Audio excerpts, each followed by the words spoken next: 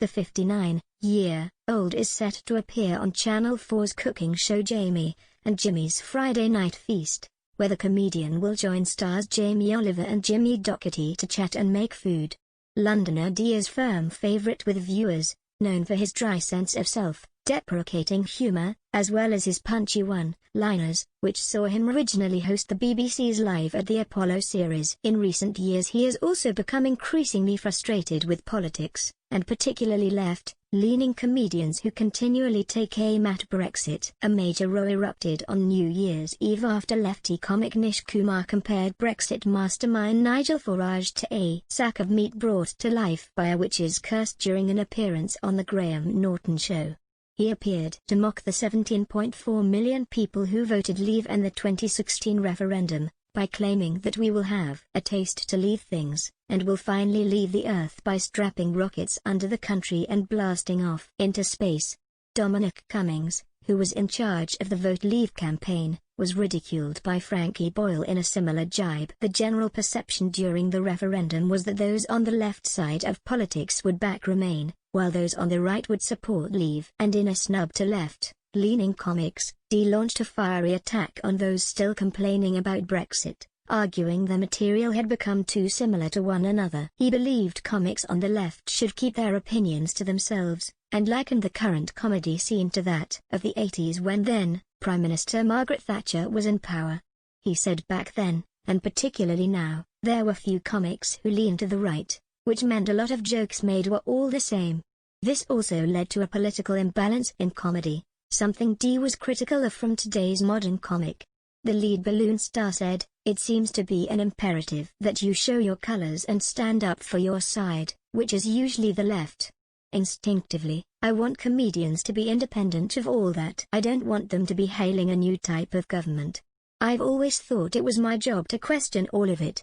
In one recollection, The Telegraph reported in 2017, D said that during his early days of stand-up you only needed to mention Margaret Thatcher to get a round of applause. Those gags, D felt, left him believing 3 other people would be doing the same joke, so there was just no point in doing stuff about politics. He added, and topical comedy becomes a bit like doing crosswords.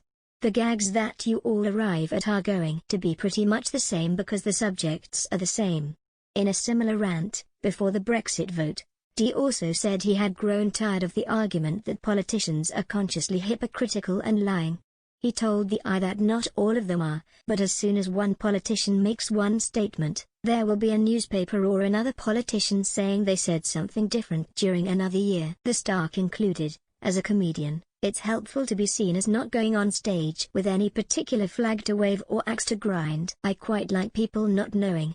The topic of Brexit and politics within comedy has become a bitter issue in recent years, and a study concluded the BBC's comedy shows have a left-wing bias.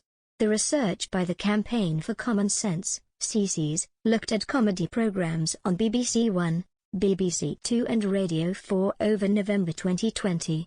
Programs looked at included flagship ones such as Have I Got News for You with Ian Hislop and Paul Merton, The Graham Norton Show, Richard Osman's House of Games Night, and Would I Lie to You with David Mitchell on BBC One. The study shows that across the 3 channels reviewed, 141 comedians appeared on 364 programs.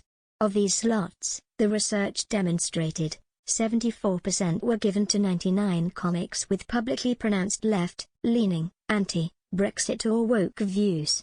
Ahead of its publication, the government had begun considerations over whether to slash the license fee as a result of perceived bias, as well as viewers moving to other platforms such as Netflix. Fellow comic Marcus Brigstock also spoke of the challenges Brexit had for comedians, particularly the understanding that many audiences will be split on the topic. He told The Telegraph 3 years ago, "For the first time ever on tour I have people walking out every night, not hordes, but some.